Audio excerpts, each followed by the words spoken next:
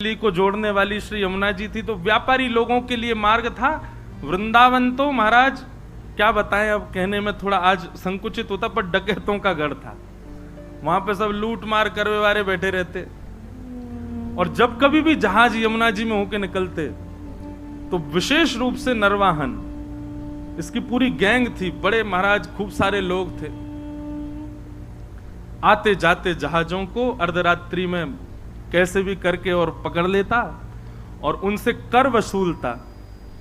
कर तो लेता ही, ऊपर से कुछ ना कुछ लूट मार भी कर लेता। इसलिए सब लोग डरते थे यमुना जी के मार्ग से, दिन दिन में ही निकल जाओ, कहीं रात हो गई तो नरवाहन पकड़ लेगा, ऐसा नरवाहन। तो जब श्री महाप्रभु जी राधा वल्लभ लाल जी को लेकर के वृंदावन में आए तो वर्णन आता है कि आत्मदेव ब्राह्मण जिसकी 2 कन्या थी, उसने खूब धन संपत्ति देकर के भेजा। साज सज्जे, ऐसे सुंदर सुंदर श्रृंगार, ऐसे सुंदर सुंदर सोने चांदी मणि आदि के मुकुट। और फिर ऐसा भी भाव है, जो महाप्रभु जी की प्रथम पत्नी थी रुक्मणी बाई, जिनसे पहले ब्याह हुआ था, रुक्मणी बाई जी और महाप्रभु जी के बड़े प्रथम पुत्र श्री वनचंद्र जी, आप दोनों भी नवरंगी लाल जी की सेवा छोटे बालक को देकर के, गोपीनाथ जी को देकर के, आप भी देवबंद से वृंदावन आ गए थे। महाप्रभु जी ने ही कहा होगा कि भाई अब यहां सेवा का विस्तार है, आप लोग भी आ जाओ। तो वे भी जब आई तो खूब सारा धन संपन्न लेकर के आई अपने साथ में, धन संपदा। तो वृंदावन के आसपास के गांव में जो ब्रजवासी रहते थे सब आते थे, अरे भैया नयो नयो लाला आयो, नयो नयो ठाकुर जी आयो, हमारे वृंदावन में सब दर्शन करने आते। कैसा समय रहा होगा ना वो। हमने तो अपने बाल्यकाल का भी वृंदावन देखा, तब भी बहुत सुंदर, अभी भी सुंदर है वृंदावन, तो पर अब आधुनिक थोड़ा कर दिया लोगों ने। वृंदावन का अद्भुत आनंद था। तो सब लोग आते दर्शन करने।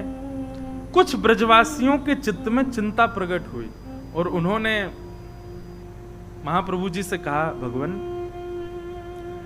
बड़ा सौभाग्य है कि आप वृंदावन में ठाकुर जी को लेके पधारे हो, पर भगवान यहां एक नरवाहन नाम का डाकू रहता है। आपके ठाकुर जी इतने साज सज्जे में विराजते हैं, इतनी संपत्ति और इतने सोने चांदी सब आप लेकर के आए हो, हमें तो भय लगता है कि कोई घर तो है नहीं, कुटिया तो है नहीं, मंदिर तो है नहीं, आप ऐसे ही कुंज निकुंजों में ही रहते हो, और इतनी सारी संपत्ति आपके साथ में आई है, इतने सोने चांदी हीरे जवाहरात सब आए हैं, कहीं अगर उसने आकर के डकैती डाल दी तो बड़ी दिक्कत हो जाएगी। महाप्रभु जी बोले, तो क्या करें, क्या चाहते हैं आप लोग? और हमारा भाव यह है कि एक बार आप उससे मिल लीजिए, नरवाहन से मिल लीजिए, और वहां जाकर के थोड़ा बहुत कुछ दे दीजिएगा उसको, उससे थोड़ी मैत्री जैसी, थोड़ा प्रेम भाव हो जाएगा, तो वो कम से कम ठाकुर जी की सामग्रियों को स्पर्श ना करे। अच्छा एक बात सुनिए, आज एक भैया हमसे शिकायत करके गए सुबह, वो हमसे एक बात बोल के गए कि महाराज जी भागवत की कथा हो, राम कथा हो, तो कभी अगर 1-आध मिनट की कथा छूट जाए तो पकड़ में आ जाती है। बोले लेकिन भक्तमाल जी जो आप सुना रहे हैं, एक क्षण की भी छूट जाती तो ऐसा लगता है पूरी कथा ही छूट गई। मैंने की तो क्यों छोड़ते हो? बोले मैं नहीं छोड़ता, अगल वाले पीछे वाले फोन चलाते हैं, बात करते हैं, इससे हमारी कथा छूट जाती है। आप कथा में सबको कह दो कि सब लोग अपना फोन बंद रखें, आसपास में बात नहीं करें। मैंने आज कह देंगे, ब्याह नहीं होगा अगले जन्म में, देख लेना, फिर मत करो भैया। बहुत बहुत अंतरंग बड़े सुंदर सुंदर भाव हैं, ऐसे ऐसे भाव जो अनेक ग्रंथों में पढ़ने के बाद भी नहीं मिले आपको। ये सब सुनो भाव से। कैसे हमारा वृंदावन सुसज्जित हुआ, सुनो। आज जिनके दर्शन हम क्षण भर में कर लेते हैं, कितनी श्रम करके आचार्यों ने वृंदावन में उनको विराजमान किया। तो महाप्रभु जी तो अष्टयाम में इतने व्यस्त रहते थे, हम लोग विचार करते हैं 2 समय के भोजन ठाकुर जी को पधराना, उसके लिए भी कितनी योजना बनाते हैं। पर श्री हितरिवंश महाप्रभु जी ने राधा वल्लभ जी को वृंदावन में विराजमान करके अगले दिन से ही अष्टयाम प्रारंभ कर दी। 8 याम सेवा चलती राधा वल्लभ जी की। यह भी विचार नहीं कि मंदिर नहीं है, व्यवस्था नहीं है, रसोई नहीं है, खुले में ही सब व्यवस्थित करके अष्टयाम सेवा हो ठाकुर जी की। ब्रजवासी सब संत भी आ गए, सबने कहा कि बोले नहीं ये निर्णय उचित है, आप नरवाहन से एक बार मिल लीजिए।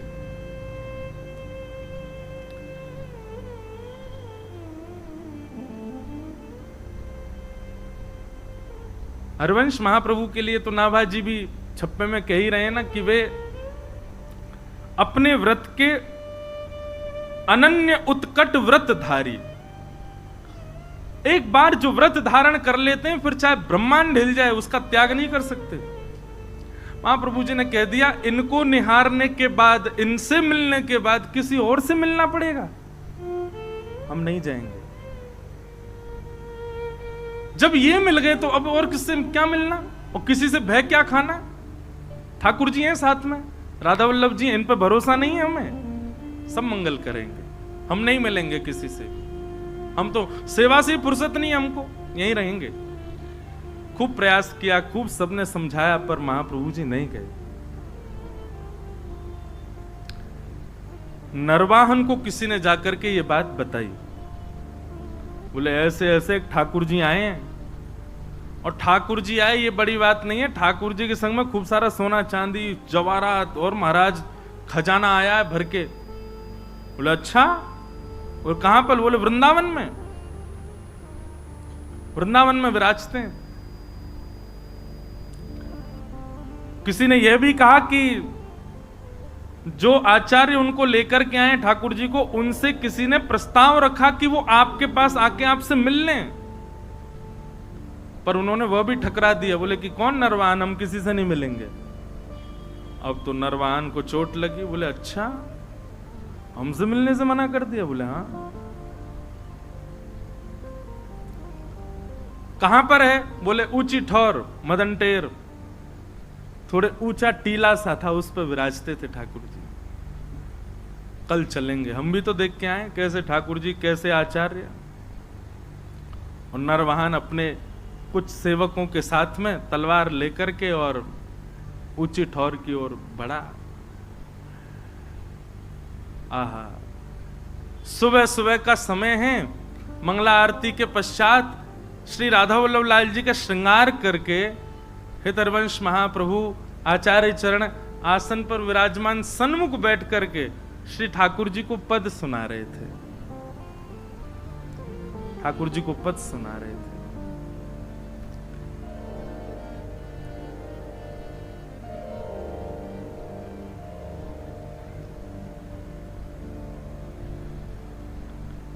बनी श्री राधा मोहन की जोरी, बनी श्री राधा मोहन की जोड़ी, बनी श्री राधा मोहन की जोड़ी, बनी श्री राधा मोहन की जोड़ी। बहुत ध्यान से सब लोग बड़े भाव से मेरे साथ गाओ, चिंतन करो श्री राधा वल्लभ लाल जी का। हरिवंश महाप्रभु गा रहे हैं, राधा मोहन की जोरी बनी श्री राधा मोहन की जोरी बनी श्री राधा मोहन की जोड़ी बनी श्री राधा मोहन की जोड़ी बनी श्री राधा मोहन की जोड़ी बनी श्री राधा मोहन की जोड़ी बनी श्री राधा मोहन की जोड़ी बनी श्री राधा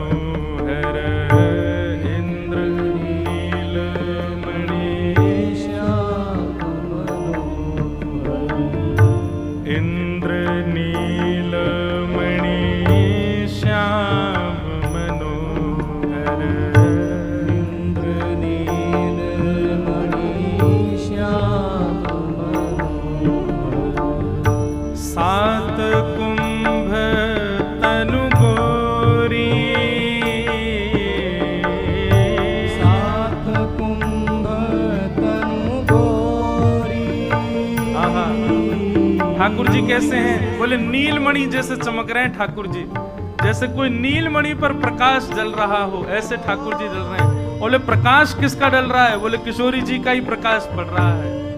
सात कुंभ तनु गोरी, सात कुंभ तनु गोरी, भाल विशाल तिलक हरि कामिनी, भाल विशाल तिलक हरि कामिनी, भाल विशाल तिलक हरि कामिनी, भाल विशाल तिलक हरि कामिनी, चिकुर चंद्र बिचरोरी, चिकुर चंद्र बिचरोरी, हाँ बनी राधा के जोरी, बनी श्री राधा के जोरी, बनी श्री राधा मोहन के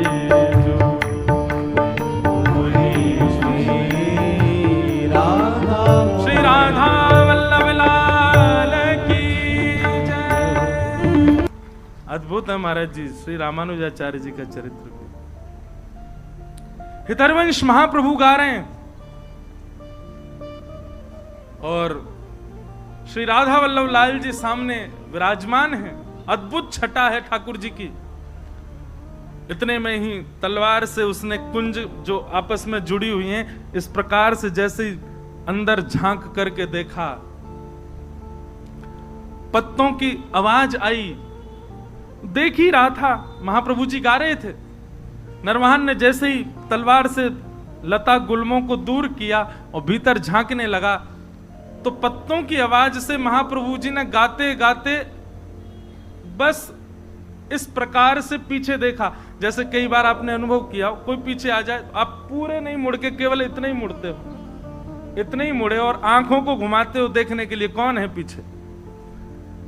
महाप्रभु जी केवल इतने घूमे और आंखों से बस पीछे निहारा। नरवाहन दिखा नहीं उनको, लेकिन नरवाहन को इतना रूप दिखा केवल महाप्रभु जी का। हरिवंश महाप्रभु का इतना मुख देखते ही उसके तो हाथ कंपायमान होने लगे, उसके तो नेत्रों से अश्रुधार गिरने लगी। ना जाने क्यों अपने अवगुण सब अवगुण जैसे दिखने लगे। मनी मन भीतर ही भीतर उसके ना जाने कितनी ग्लानि उत्पन्न होने लगी। वो मानो ये विचार करने लगा, जिस वृंदावन में इतने दिन से मैं ऐसे अनीत कृत्य कर रहा हूं, उस वृंदावन का वास्तविक दर्शन तो आज मुझे हुआ है। जिस वृंदावन को पाकर के भी मैंने उस वृंदावन की योग्यता को नहीं समझा, वो वृंदावन तो ये है। नीचे आचार्य का आधा मुख और पीछे ठाकुर जी का संपूर्ण अंग, इन दोनों का एक साथ दर्शन नरवाहन को हुआ। और केवल दर्शन मात्र से हाथ कांपने लगे, पैर कांपने लगे, स्थिति ऐसी हो गई रुक ही नहीं पा रहा था वहां। दौड़ा नीचे, पीछे सब उसके जो सेवक गए थे साथ में वो भी दौड़े। क्या हुआ क्या हुआ, अब तो स्थिति बस कुछ समझ ही नहीं आ रहा है क्या स्थिति है। बंधुओं, आपने कभी सत्संग नहीं सुना या आपके किसी परिचित के साथ ऐसा हो कि उसने कभी सत्संग नहीं सुना, कभी वृंदावन नहीं गया, कभी गोविंद देव जी नहीं गया, कभी महाप्रसाद नहीं पाया, कभी भी किसी भी प्रकार की भक्त स्थिति में वो नहीं रहा, और अचानक से किसी की वाणी सुन करके, किसी का दर्शन करके, किसी की उपस्थिति से उसके अंदर परिवर्तन हो जाए, तो यही समझना चाहिए कि श्री किशोरी जी ने उसको स्वीकार किया है। क्योंकि उसकी योग्यता तो थी नहीं, उसके लक्षण तो थे ही नहीं, उसके गुण तो थे ही नहीं उस योग्य बनने के, फिर कैसे वो भक्त हो गया? ठाकुर जी ने चुना। नरवाहन ने भले ही वृंदावन से डकैती करी हो, पर करी तो वृंदावन में।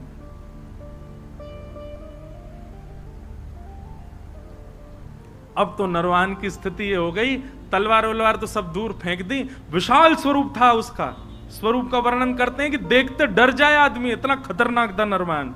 लेकिन ऐसा दीन हो गया, अभी तक वो महाप्रभु जी से चर्चा भी नहीं हुई, कुछ सुना नहीं उसने, अगले क्षण से ही उसकी स्थिति ऐसी दीन बन गया।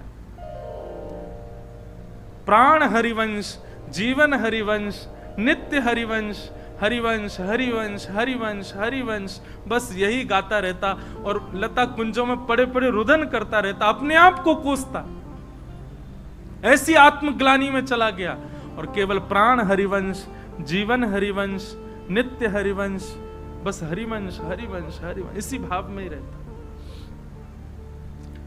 आसपास के सब सेवक बेचारे तलवार लिए खड़े रहते, उसको देखते, देखा तो हमने भी, हम पे तो कुछ नहीं हुआ, इसको क्या हो गया। सरदार सरदार, उनको बोलो हरिवंश, गाओ हरिवंश, कहो हरिवंश, नाचो हरिवंश। बोले हरिवंश रोटी खिला जाएंगे? अरे अपना काम धंधा कैसे करना है अब? बोले सब हरिवंश, नित्य हरिवंश, बस हरिवंश हरिवंश हरिवंश, यही गाता रहता। जय जय राधा वल्लभ हित हरिवंश, श्री हरिवंश। साथ के सब लोगों ने सोचा, बोले भैया ट्रेंड तो हम हो ही गए इनके संग रह के, अब इनको रहने दो, हरिवंश जी की स्मृति, हम चलें अपना काम करें। उसी समय एक जैन व्यापारी आगरा से अपना कुछ सामान लेकर के बड़े जहाज में यमुना जी के रास्ते दिल्ली जा रहा था। तो नरवाहन के संग में रहने वाले सब लोगों ने योजना बनाई और उस जहाज को बीच में ही रोक लिया। जहाज पर भी करीब 200-250 लोग थे। उन सब लोगों ने मन में विचार किया, ये हमारा क्या बिगाड़ेंगे। वे भी लड़ने को नीचे आ गए, लेकिन नरवाहन की सेना बहुत थी और बड़े क्रूर थे सब, नहीं जीत पाए। तो पूरे जैन व्यापारी के जितने लोग थे सबको बंदी बना लिया, पूरे जहाज को जमुना जी में खड़ा करके और पकड़ करके जो भय गांव था वहीं उसका कारागृह था, जेल बना रखी थी उसने, वहीं ले जा करके और सबको बंदी बना दिया।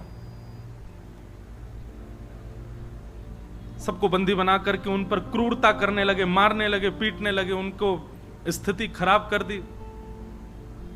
क्यों? क्योंकि कर तो दिया नहीं, ऊपर से हम पे हाथापाई कर रहा है, जानता नहीं हम नरवाहन की सेना है। एक दासी रहती थी नरवाहन के यहां, वो नरवाहन जी के यहां जाती थी, नरवाहन जी को देखती तो अब तो बस कुंज में बैठे बैठे श्री हरिवंश, हित हरिवंश, प्राण हरिवंश, जीवन हरिवंश ऐसी गाते हैं। वे समझ गई थी स्थिति अब किस मोड़ में मुड़ चुकी है। वे जाती थी और हरिवंश जी का दर्शन और श्री राधा वल्लभ जी का दर्शन करके आती थी, तो वहां कुछ वैष्णव मिलकर के जय जय राधा वल्लभ हित हरिवंश कीर्तन करते थे।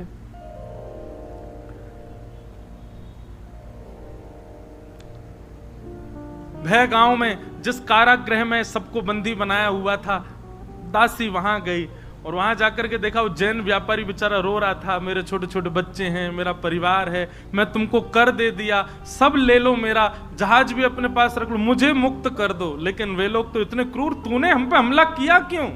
इसी बात से उसको मार रहे थे। रात्रि का समय हुआ, सब सो गए, तो वो दासी उस जैन व्यापारी के पास गई और उससे बोली, सुनो, अर्धरात्रि का समय है, मैं जैसे ही चली जाऊं यहां से, उसके बाद जोर जोर से जय जय राधा वल्लभ हित हरिवंश, जय जय राधा वल्लभ श्री हरिवंश, जय जय राधा वल्लभ श्री, इसका उद्घोष करना और सब मिलकर के एक साथ करना। और सुनो, कोई आकर के तुमसे पूछे ये क्या गा रहे हो, किसका नाम बोल रहे हो, तो कह देना हमारे इष्ट राधा वल्लभ है और हमारे गुरु हरिवंश जी हैं। और ध्यान रहे, जितनी ताकत तुम्हारे पास है उतनी ताकत से गाना। उसकी योजना ये थी कि आवाज नरवाहन को सुनाई दे। कारागृह में बंदी बने हुए जो सब व्यापारी थे, उस दासी के जाति सब चिल्लाने लगे, जय जय राधा वल्लभ हित हरिवंश, जय जय राधा वल्लभ श्री हरिवंश, जय जय राधा वल्लभ हित हरिवंश। आहा, ये स्वर सुनते ही मानो नरवाहन की स्थिति तो ऐसी हो गई कि जैसे प्यासे को जल पिला दिया हो, भूखे को पानी पिला दिया हो, जिसको नींद आ रही है उसको बिस्तर दे दिया हो, जिसको अत्यंत सुख की कामना हो, जिस सुख की कामना हो वो सुख दे दिया हो। नरवाहन तो आनंदित हो गए, आनंदित होकर के उठ करके ढूंढने लगे कहां से आ रहा है स्वर। सुनते सुनते जैसे ही पहुंचो, अपने कारागृह में पहुंच गए। कारागृह के भीतर जाकर के देखा तो सब बंदी बने हुए हैं, वही गा रहे हैं, जय जय राधा वल्लभ हित हरिवंश, जय जय राधा वल्लभ श्री हरिवंश। नरवाहन ने जाकर, अरे भैया सुनो, कौन हो तुम लोग, और ये क्या गा रहे हो? बोले महाराज, ये राधा वल्लभ जी जो हैं ये हमारे इष्ट हैं, और ये हरिवंश जी जो हैं ये हमारे गुरु हैं। जैसे ही सुना कि हित हरिवंश उनके गुरु हैं, नरवाहन की तो स्थिति, हाथ पांव कांपने लगे। जिन गुरुदेव की मैं आज एक झलक देख करके मेरी स्थिति हो गई, ये उनके साक्षात शिष्य हैं, मेरे गुरु भाई हैं, और ये मेरे यहां कारागृह में बंदी। तुरंत बुलाया, बोले खोलो, अभी चरण पढ़ो, इनके चरणों में दंडवत प्रणाम करो। अपने सारे जो भी उसके सहपाठी सबको बोला इनके चरणों में प्रणाम करो। सबने दंडवत प्रणाम किया। नरवाहन तो महाराज लेट करके उनके चरणों को अंक में भर के रुदन करने लगे। बोले भगवान, आप मेरे गुरु भाई हैं, मेरे लोगों ने आपको प्रताड़ित किया, उसके लिए मुझे क्षमा कर दो। मुझे बस ऐसी प्रार्थना है कि श्री राधा वल्लभ लाल जी, श्री गुरुदेव भगवान मुझे स्वीकार कर लें, बस, और मुझे कुछ नहीं चाहिए, आप कृपा करो भगवान। और ऐसा कहते हुए उन व्यापारियों को छोड़ दिया। जैन व्यापारी मन में विचार करने लगा, तो कौन है ये राधा वल्लभ, कौन है हित हरिवंश? जानता ही नहीं है, वो मुक्त हो गए उनके नाम से। भाई जिनकी वजह से जीवन मिला, एक बार देख तो चले उनको। पूछते पूछते पहुंच गए ऊंची ठौर, श्री राधा वल्लभ लाल जी का दर्शन किया। पूछने लगे, बोले भगवान वो हरिवंश जी कहाँ हैं? बोले वो वहां बैठे कुंज में। गए, जाकर के प्रणाम किया, सब अपनी बात बताई। मैं तो एक व्यापारी था महाराज, यहाँ से निकल रहा था, लूट लिया लोगों ने। दासी ने रात में आकर के मुझे बताया ऐसा ऐसा गाओ, वो पूछे तो कह देना इष्ट राधा वल्लभ गुरु हरिवंश। हमने तो बता दिया। एक तगड़ा सा आदमी, बड़ा विशाल विकराल उसका स्वरूप, महाराज दिल्ली तक लोग कांपते हैं उसके नाम से। हरिवंश महाप्रभु बोले क्या नाम है उसका? बोले नरवाहन। बोले अच्छा नरवाहन, नाम तो जानते थे महाप्रभु जी भी। बोले बड़ा डकैत है। बोले महाराज उसने जैसे ही आपका नाम सुना नतमस्तक हो गया, राधा वल्लभ जी का नाम सुना रुदन करने लगा, चरणों में गिर करके खूब उसने प्रार्थना करी। बस यही कह रहा था कि गुरुदेव भगवान स्वीकार कर लें, राधा वल्लभ जी स्वीकार कर लें। जैसे ये भावना उसकी सुनी महाप्रभु जी ने देखा तो राधा वल्लभ जी की ओर जैसे ही देखा तो राधा वल्लभ जी खड़े तो सीधे थे, देख यहीं रहे थे, बातों को ही सुन रहे थे। और जैसे ही महाप्रभु जी ने देखा उन्होंने तुरंत अपनी नजर सीधी कर ली। महाप्रभु जी समझ गए, ओहो इनको कृपा करनी है। वाह जय जय, बड़ी कृपा आपकी है। एक डकैत को ऐसी दृष्टि डाली कि वो पूरा बदल गया, सब उसकी स्वीकार। ठीक है, महाप्रभु जी ने भी भाव बनाया, आएगा तो अब उसको दीक्षा दे देंगे हम।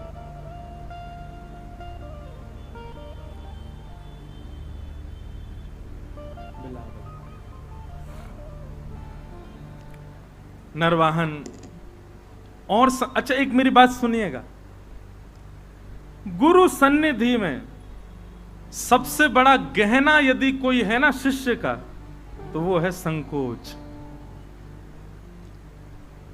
गुरु सन्मुख जाने में, गुरु दर्शन करने में, गुरु से कुछ कहने में, गुरु के आगे कुछ बोलने में यदि आपको संकोच नहीं होता है ना, क्षमा करें आपके शिष्यत्व में कहीं कमी है अभी। गुरु के गुरुत्व में कमी नहीं होती, हमारे शिष्यत्व में ही कहीं ना कोई क्षणिक भाव होगा। नरवाहन बहुत मनी मन विचार करता कैसे जाऊं, लेकिन आज उसने थोड़ा साहस किया कि एक बार चल के ऊंची ठौर पर दर्शन तो करूं। कैसे हैं ठाकुर जी?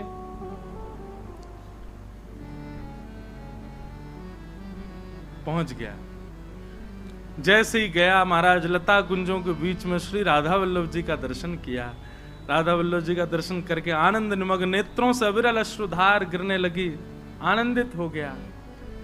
और जैसे ही हितरवंश महाप्रभु सामने आए, उनका दर्शन करके तो जो स्थिति हुई, कई लोगों के मन में आ सकती है भावना कि बताओ आप महाराज जी कथा में ऐसी बात बता रहे हैं, ठाकुर जी को देख करके तो केवल उसको कंपन होता है, आचार्य को देख करके तो वो पूरा ही ऐसे, बोले आप आचार्य को प्रधान, आचार्य प्रधान हैं क्योंकि आपके लिए वो भगवान और वो केवल आचार्य हैं, पर जिसके साथ ये घटना घट रही है उसके लिए ठाकुर जी भगवान है, ठाकुर जी स्थिर ठाकुर जी हैं, स्थूल ठाकुर जी हैं, पर आचार्य उसके लिए चलते फिरते राधा वल्लभ हैं, आचार्य उनके लिए चलते फिरते राधा मोहन हैं, आचार्य चरण उनके लिए चलते फिरते साक्षात श्री जी के स्वरूप हैं। इसलिए ऐसी स्थिति आचार्य को देख करके हो रही है। वहां मानव बुद्धि मत रखिए।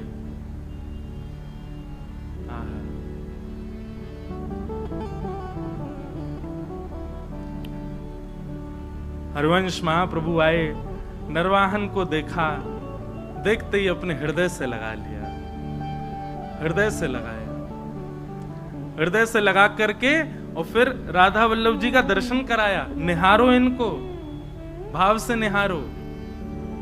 क्या अनुभव हो रहा है नरवाहन? बोले बहुत सुखद अनुभव। बोले ही नहीं पा रहा नरवाहन। राधा वल्लभ जी के सन्मुख विराजमान करके नरवाहन को गुरु मंत्र प्रदान किया, निज मंत्र प्रदान करके उसको दीक्षा प्रदान कर दी। और महाराज जी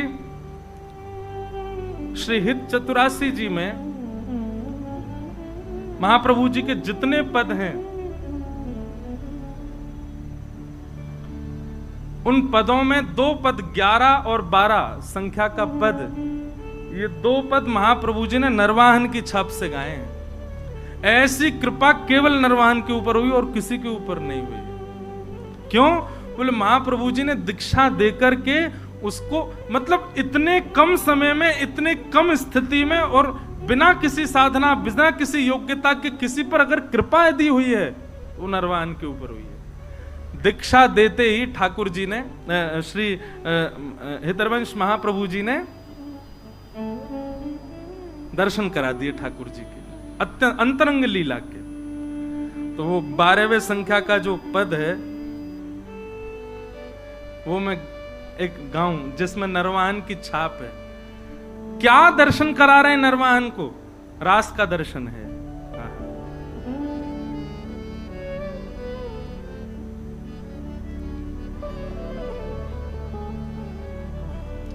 चलहि राधिके सुजान, तेरे हित सुख निधान। चलहि राधिके निधान, तेरे हित सुख निधान। रास रचो श्याम तट, कलिंद चलहि राधिके सुजान, तेरे हित सुख निधान। चलहि राधिके चलहि राधिके सुजान, तेरे हित सुख निधान। हे चलहि राधिके सुजान, तेरे हित सुख निधान। चलहि राधिके सुजान, तेरे हित सुख निधान। रास का दर्शन करा दिया नरवाहन को। कहां एक अत्यंत मलिन व्यक्ति, हमारी श्रीमद् भागवत जी में महात्म में ही कह रहे हैं, प्रयच्छति गुरु प्रीतो वैकुंठम योग दुर्लभम। सबसे बड़ी साधना क्या है? सबसे बड़ा जप क्या है? सबसे बड़ा यज्ञ क्या है? सबसे बड़ा व्रत क्या है? हमारे गुरु बस हमारी निष्ठा से प्रसन्न हो जाएं। गुरु यदि प्रसन्न हो गए, राधा माधव को गोदी में बैठा देंगे। भले ही स्वयं गुरु को दर्शन नहीं हो, आपको करा देंगे। ये गुरु में सामर्थ्य है। बस आज से जितने भी परंपरागत यहां बैठे हैं, जिन जिनके पास परंपरा से दीक्षा है, महाराज जी मैं फंस जाता हूं यहां पे, क्योंकि मैं दीक्षा देता नहीं और कई लोग यहीं आस लगाए बैठे जे कब देंगे। अब कहते हैं कि आप महाराज जी फिर गुरु परंपरा की बात क्यों करते हो जब आप स्वयं नहीं देते। तो हमने रोक नहीं रखा भैया, ऐसे ऐसे आचार्य महानुभाव, ऐसे दिव्य महापुरुष हैं, जिससे भाव लगे लो। पर जहां भी आपकी दीक्षा हो चुकी है, अब एक ही नियम, एक ही व्रत, एक ही निष्ठा, एक ही आपका भाव है क्या? हमारे प्रिया प्रियतम, हमारे लाडली लाल, ये तो हैं इनके सहित गुरुदेव, इनको प्रसन्न करना है अपनी निष्ठा से। गुरु प्रसन्न दक्षिणा से हो रहे हो, समझ जाना फिर तो गड़बड़ी थी। गुरु दक्षिणा से प्रसन्न होने वाले नहीं, गुरु तो आपकी निष्ठा से, आपके भाव से प्रसन्न होते हैं। और जो दक्षिणा से प्रसन्न हो रहे हैं तो अब क्या कर सकते हो, फंस गए। अब तो ऐसा भी मत सोचना फंस गए, वहां पे यही भाव रखो, चलो दक्षिणा। कितनी बड़ी बात है कि श्री ऐसे निर्वाहन, मैं तो यही सोच सोच के विचार कर रहा हूं कि हम तो बचपन से ही लगे हुए हैं महाराज कछु ना कछु करवे में, तब भी किशोरी जी कृपा कर रही है, ना कर रही है। निर्वाहन उसने तो कुछ नहीं किया, केवल आचार्य दृष्टि पड़ने का ये प्रमाण कि उसको साक्षात रास का दर्शन हो गया। और जिसके चित्त में काम विराजमान था, उसके चित्त में साक्षात राधा मोहन लाल विराजमान हो गए। राधा वल्लभ श्री हरिवंश, ऐसे हरिवंश महाप्रभु के ये एक भक्त हुए श्री नरवाहन जी। ऐसी आपकी निष्ठा, और उस निष्ठा से आपने